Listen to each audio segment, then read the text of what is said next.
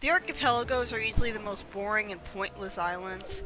Like, I showed it for barely even a second, because there's nothing to do in them. They're just rocks. You can't climb on top of them. They don't have any caves. So why are they even there? Like, sure they have treasure, but like every island has like underwater treasure surrounding it. It just seems really pointless putting archipelagos in the game. I guess they're good for variety, in the sense that they're like, you know, they're like the kind of... like, there's real islands that are like that. But still. But yeah, you can clearly see that I've gotten most of the Great Sea mapped by this point. Which is good. By this point, you can see that I'm in, like, Mother and Child Island.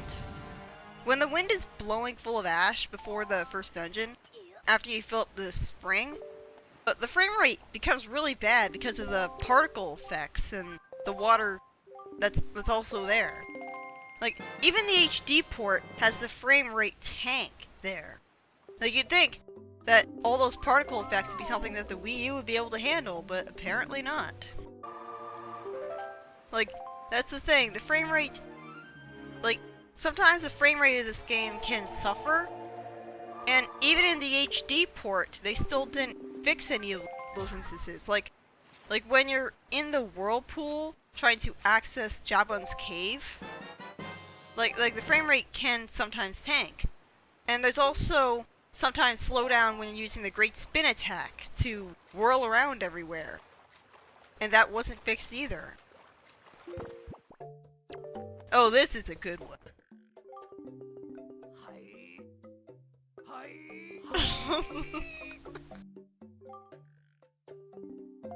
So this is basically I guess this is a pun. Like, complimentary. I wonder how that would have worked in other languages. Like, I'm sure it would have worked in English, where compliment and complimentary sound similar, but is it that way in Japanese and other countries? Like, would other people be really, really confused by that? I don't know. But it was a pretty funny gag, though. One that makes me really thankful that I can just blow up the ship. Well, you can't completely blow it up. That would be an inconvenience, because then you'd never be able to use that beetle ship ever again. Also, pretty sure like we had the police after him or something. You can use the gamepad's gyro controls in the Wii U version for the grappling hook to aim better, moving the actual gamepad around to move the targeting reticule. And the same goes for the boomerang and the bow. It works better for some items than for others. Yeah, if you spam the A button too fast, you can accidentally... like, I don't know why they make it possible for you to change the wind direction by putting it in the same direction that it was already blowing in. Then it forces you to just watch a cutscene that you've already seen 8 million times, and then have to play the song all over again, and have it played back to you.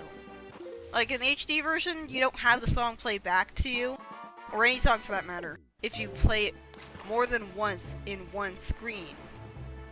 So that's good, but still. Oh, I really like this. Like this part is actually something that I'm very proud of. That island over there has a minigame. And you see, a lot of people might have some trouble with this minigame. But there is a trick that you can do to make this minigame a lot easier on you. A personal memory that I remember my mom was watching me play at some point, not when I was recording the playthrough for this game, but years ago, and I jumped out of the boat at this exact position, doing exactly this. What I did was I jumped out of the boat, I used the deku leaf, and the screen went black. The screen went completely black and I had to drown. Like, I was so startled by that and I didn't know what was going on. This was back when I had the Wii in the living room instead of in my bedroom. So I don't know what was going on there. Like, did the game know that I was trying to cheat? I mean, it's not like I had codes. It's just that I don't understand why jumping out of the boat and using the deck relief would make the entire screen go black so you wouldn't be able to see. And I think it happened twice in a row. But I did eventually manage to succeed in what I was trying to do. I really do like the look of this island and the whole feel of it. It feels pretty different from the other islands, and considering it's a inhabited minigame island, it does make sense that, you know, like there's a tower there and a bridge. I like the feeling of it. I don't really know how he, like, stays alive on this island, though, or, like, he doesn't have a ship to go to and from this island. He doesn't seem to have any fridge with food in it, or a bathroom. But I'm thinking too hard about this, like how does the population of Outset Island sustain itself with no farms or anything to provide food? Same goes for Windfall Island. But yeah, this is a really cool way to cheat this minigame. You can attack the boat with the cannonballs, and just look at this. This is awesome. Like, you don't actually have to aim for the barrels at all, which is fantastic because it's entirely trial and error whether you manage to get the number on the lower right corner of the screen, the exact amount, so that, like, how are you supposed to know exactly what number you need to be at, and exactly what position the cannon needs to be at to hit all the barrels? It just feels like trial and error. Like, my depth perception isn't exactly the best, but still, it's just trial and error hitting all those barrels. And you only have so many cannonballs, so it really is better to just use the King of Red Lions to your advantage. I don't know if this is a glitch or an intentionally left-in strategy for the sake of rewarding skill. I think there is a sound effect for this minigame that is completely missing in the HD version. That's what I've heard anyways, and I think maybe that's because the HD port, like many HD ports, was based more on the Japanese version, which probably would not have all of the sound effects. You know, I'm sure it still would have the English voice clips. I don't know. But yeah, the only way you can get back onto your boat after this is to drown. But you just respawn the boat afterwards, so whatever. And this is an island that people usually show off in the main playthrough. But I figured the commentary was going to be long enough as it is. So I decided that since this was an entirely extra thing, I'd keep this to an extra part. And I like that you can get, like, these lone stray rupees there. Like, that's good. This is yet another slugfest. I don't understand why the game decides to throw so many of these. Like I think I would prefer, like, actual puzzles rather than just fight a whole bunch of enemies that you've already fought before. Well, the HD version did not fix the frame rate issues that the game sometimes has. It did fix the loading times. Like, there's slightly less load times in the HD version. And you can also tell this because the thing is that it takes a less long amount of time to pull up treasure from underwater in the HD version. I think that's because it takes so long in the GameCube version because it's loading. Which is weird because it's not like it needs to take a long time to load a treasure chest into a room. It's not like that makes a room take significantly longer to load. I think one of the justifications for why they introduced the Swift Sail in the HD port was that with the Wii U technology, they're able to load the entire ocean all at once. So they don't need to have you take a long time to get to the islands anymore, except they still have sailing in the HD port anyways.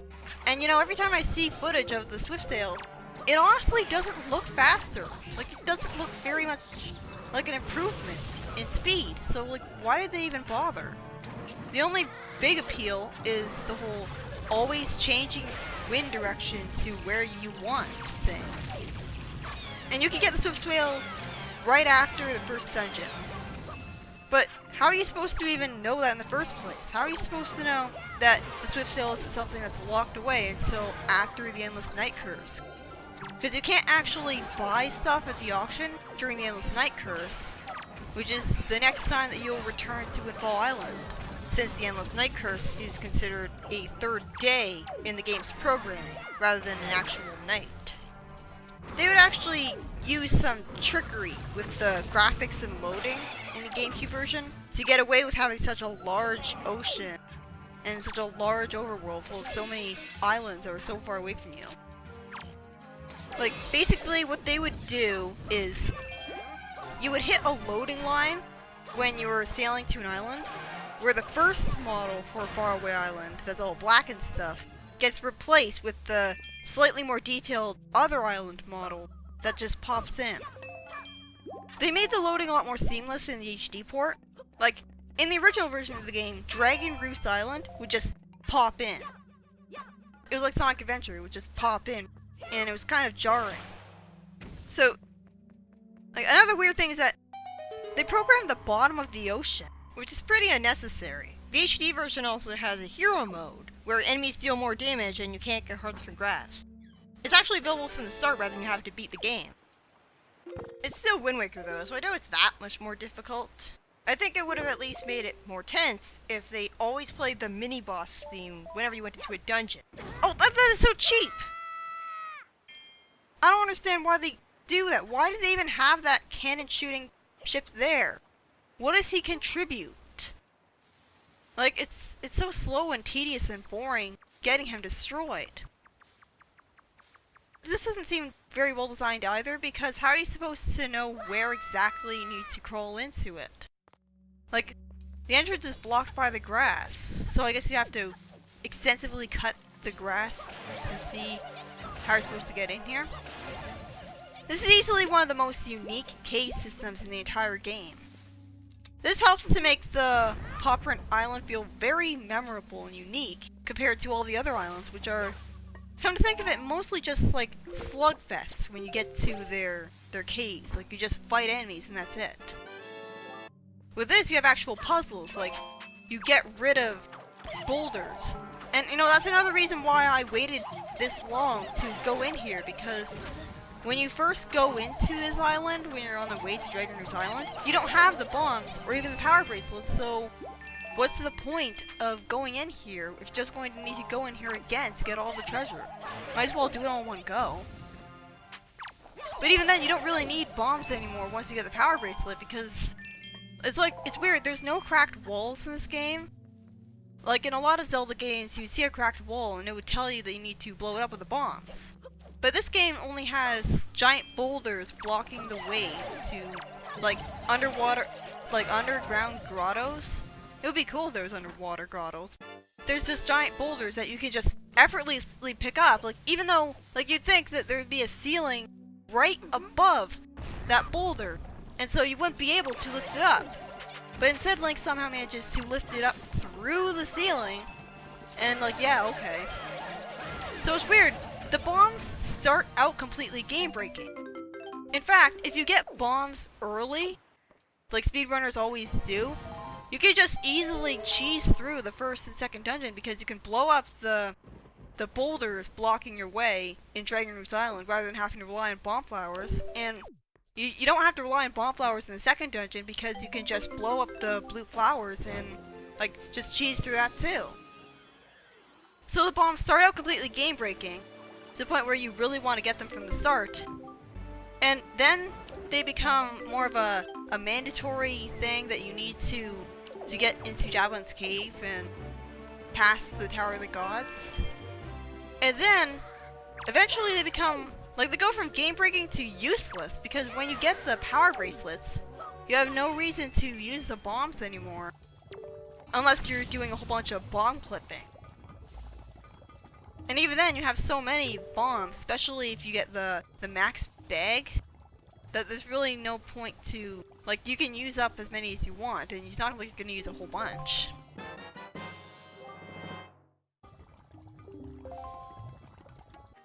I don't really like him. Like, seriously? Why is it so needlessly difficult and unintuitive getting him into the area that he's trying to work at? Like, I clearly pulled down the crate and everything for him to climb up on. This isn't the only reward for collecting all of those gold feathers, thankfully. I think the controls for that minigame are actually even more stiff on the HD port because you have the... If you're using the gamepad analog stick, which you don't have to use, thankfully, but if you do use it, the analog stick is a lot more stiff than the GameCube one. And the controls for this minigame are already really stiff as it is. There's only 8 directions you can go in, and it's very easy to accidentally go in a direction that you don't want to when you're trying to move diagonally. Like, I love this minigame, but like it's also easy to mistime it and press A at the wrong time until you throw stuff into the wrong thing. Even though you're very clearly, like, if you press A too early and then you move the control stick, then you're still going to throw the letter into the wrong thing, even though you said to move it afterwards. Like, I don't know. Like, the controls don't really work for it. Why is the note sad? Like, I don't understand why the note to his mom would be sad. And why is it against the rules? Like, seriously, why? You think that would be a advantage to being a mail sorter? You think it would be like a... I don't know. I don't understand why the Rito don't completely hate the people running the flight contest, because the people running the flight control platform, they're regular humans who dress up like Rito. You think that the Rito would be really angry at them, like thinking that these guys are such racists, like they're just dressing up like us, like they think that they're one of us. But instead, they seem to like go, oh, that's cool. I don't know. Like I guess Ritos would excel at that sort of thing, and that the minigame is only really made for them. This area right here was confusing at first for me because I didn't get that I was supposed to jump from the highest possible place that I could to get over here. But once you get to these signs, it makes it ridiculously easy because they just tell you exactly where you need to blow the wind. So once you get here, it's just fine. I remember, like, I have vivid memories of using the highway pair to, like, send a seagull into here. And I don't know why I did that more than once, because sending a seagull into here doesn't really accomplish anything. Like, there's a chest here, but, like, the seagulls can't open the chest, obviously. Like, that would be kind of stupid. Like, I guess they would just rub their beak against the chest, and somehow that would open it. Like, the chest, the way the chests look in this game, it really doesn't strike me as believable that you'd be able to, like, just kick them open like Link does with the tiny ones in Twilight Princess. Like the ones that even the Wolf Link can open. It really looks to me like the chests are something that you need to outright grab onto and pull open so that they open. But yeah, this is the ultimate reward for the Golden Feather side quest. Golden Feathers are pretty easy to get, so getting that piece of heart is pretty easy. It doesn't really make sense that you're expected to pay for letters. Like, okay, so you put the money into the mailbox. Who takes it? Like, how does the Rito get a hold of it? Like, why don't thieves break into the post box and steal it? Like, that's not how mail works.